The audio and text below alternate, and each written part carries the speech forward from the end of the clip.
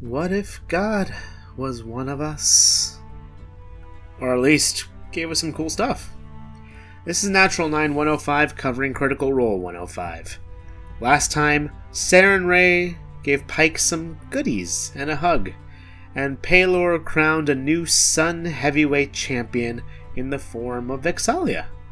He also told them that Ioun knows how to trap dicks that are gods, and that the key to finding the healing goddess is somewhere at the pools of Wittabok, back on the prime material plane. After a brief intermission in front of the Palace of the Sun, the crew force their way into a dick tree and head back to the prime material plane, crashing at Terra. Patisse is happy to see them, and Grog just wants to eat. Why can't I share a big apple with my hungry boy Grog? Why can't I feed my boy? Hashtag let Grog eat. They talk about their next destination, the pools of Wittabok. It's apparently a place where gnomes lived, but giants plus natural gases plus pools of boiling waters and nutrients equals bad times all around. Wherever they're after is probably a big old fool for staying. The giants are of the hill variety, so they're dumb as bricks. Probably. Percy points out that this is that the whole thing that they're doing is difficult because it's Vox Machina. Of course it's going to be difficult. Grog misses walking, but a ton of miles is probably too much. After a sleep and some attunements, Vex finds Vax and discovers that Kiki is a Nevernude. There are dozens of them! Dozens! Anyway, Vax and Vex have a bit of a heart-to-heart about the boots and why he hasn't taken them back. Vax is living on borrowed time after all. They're gonna be Vex's soon enough. Vax hopes that the party won't be exorbitantly sad when he leaves forever, and that maybe Vox Machina has become a bit spoiled when it comes to living and dying. After all, everybody dies, and most people do it permanently. Vex asks if he wants the fucking boots back, and Vax is reunited with his OP bullshit. The Twitch chat helps Laura solve the great lost words of Pelor mystery, and the party heads to Wittabok. Vex's lawyering of advantage on a survival roll gets them there quickly.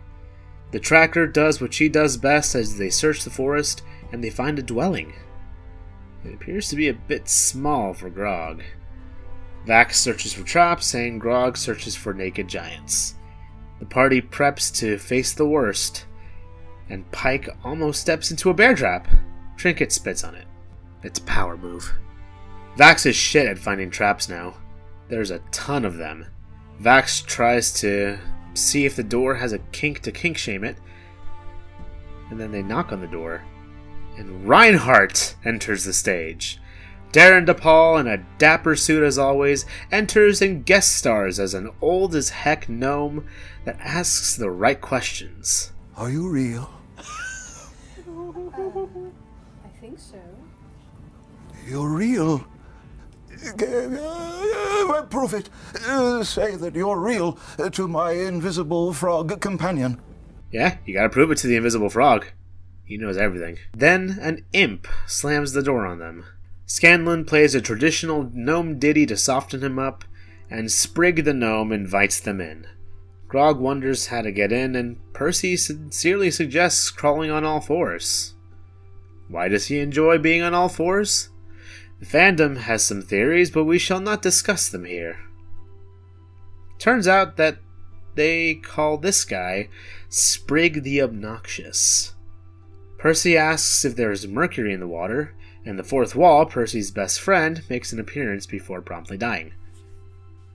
Pike thinks that maybe a greater restoration needs to be done on this poor guy, but it doesn't do much of anything.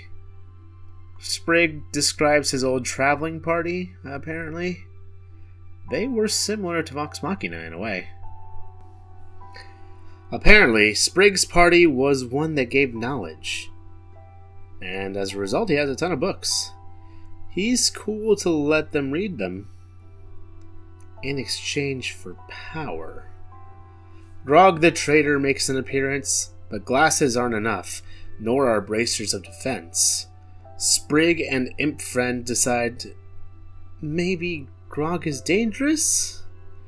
And apparently he is, because he decides to pull out the deck of many things and offer Sprig a card! He asks them what they're looking for, thankfully ignoring that offer. When Sayun's name is brought up, it turns out that Sprig's got a bit of salt in regards to the knowing mistress.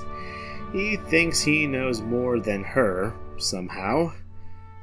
They talk about knowledge and moving out in the world, and Percy starts to suspect that maybe the imp is impeding poor Sprig a bit.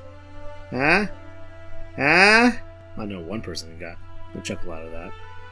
Turns out the imp had a master that tried to get into this house, and the master died, and now the imp is stuck here.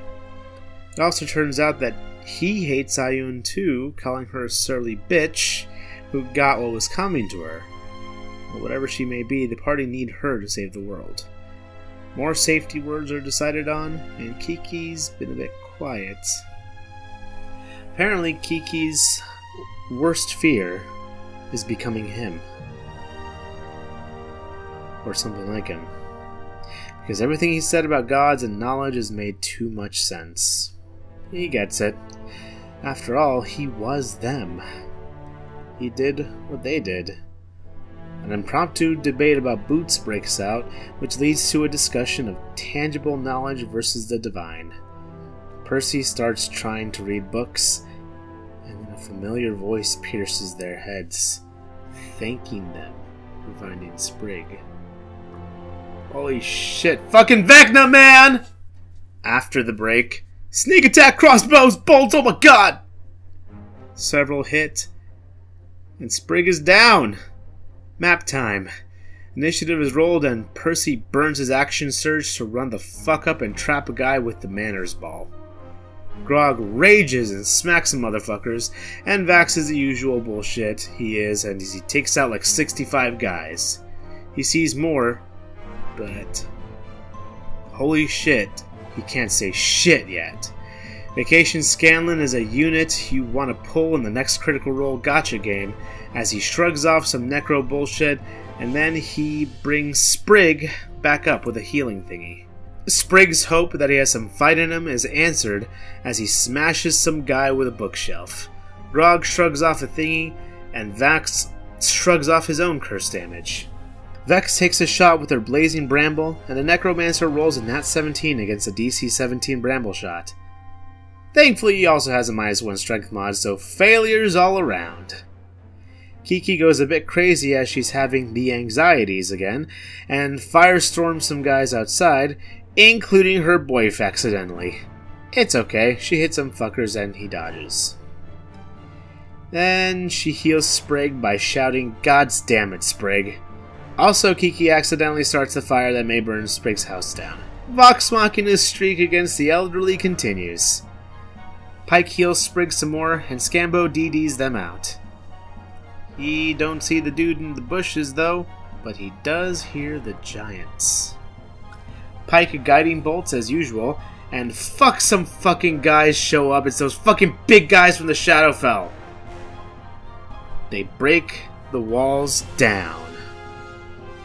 For those about to rock, what you... And Percy immediately blames Kiki. Then he takes some more pot shots at motherfuckers, and Grog literally breaks through the ceiling and falls down on some fuckers. And Vax begins the first of his 57 attack actions per turn, killing one of the big guys. Sprig finally gets his moment as he casts Tasha's Hideous Laughter to make a guy double over. Scanlan gets brilliant and breaks down a trap and makes it fall on a guy. More shenanigans, and Kiki's rage continues as she burninates a guy by transforming into a fire elemental. Oh, also there's a beholder in the room now. What the fuck?! Pike realizes that it's no big deal because it's just an illusion. It's not a trick, Michael, it's an illusion. Also, she kills a motherfucker. Yeah, the rest of the fight ain't much. Sprig tells one of the motherfuckers that survived that Ethred Brokenbranch sends his regards. The guy then promptly dies in a trap. Everyone else gets murdered. The party then takes a breather. Obvious question is obvious. How are they found? Turns out that Sprig's prison in his house was more mental. Also, he's taken a liking to Vex because who hasn't? He hopes he knows where Ioun is and begs Pike to help him pray to her. Grog clears the floor. Grog, Yeah. can you help me clear some of the floor, please? No problem. Deal with that. Floorboards in her face. I thought you were on fire. I wasn't ready. I'm really sorry. Pike guides Sprig through praying to Ioun. The first step is apologizing to her for all his saltiness. The imp motherfucker leaves instead of helping. It's alright though, because Sprig's tummy is glowing. Turns out he's bluish. Well, a joke landed somewhere. Well, Kiki had a hunch that he was the key, but didn't want to be the asshole if things went wrong. Also, Sprig's vibrating? Well, he's vibrating like the other tuning forks. He can help them plane shift. Kiki hopes he's not just an object to be used, but Sprig insists that it's okay, as long as they remember him. He barely remembers his old party members, and hopes that Vox Machina will remember him. Kiki casts plane shift, and they arrive. It takes them a little longer than usual to get to that realm, though. It's creepy. It's a little creepy. It's a big place with a hallway. And Sprig is still around, thankfully. See, Kiki, it's all good. They continue walking forward. The place is filled with endless shelves of books, scrolls, tomes, tablets, everything knowledge. Percy gets overwhelmed by all the smart books his smart brain can take in, and starts reading everything. The first book he finds is in Celestial, which he reads. It's about a birth, and then a life. Then he finds another book, another birth, and then a horse riding accident. These are souls. These are people books. Percy's like a kid in a candy store looking around at all these books. Grog is the exact opposite, bored as fuck. Kiki looks for something she might understand, Sprig is still glowing, and Scambo might have accidentally spilt the beans about his knowing about the betrothal.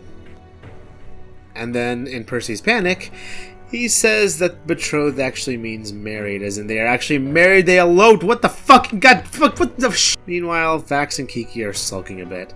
The party reunites and the surprise comes out. Well, of course they were married, who gives a shit? What Percy got from this trip is that it all matters. He just had his god moment.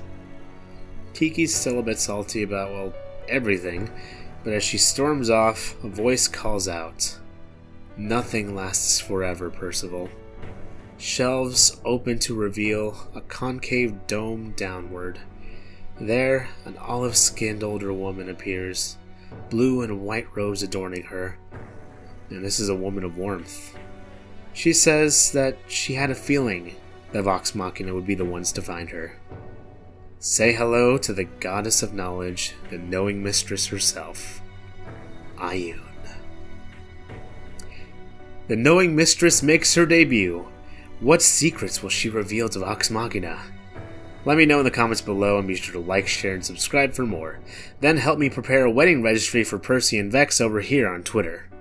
I've been Arthur from Natural 9, and is it Thursday yet?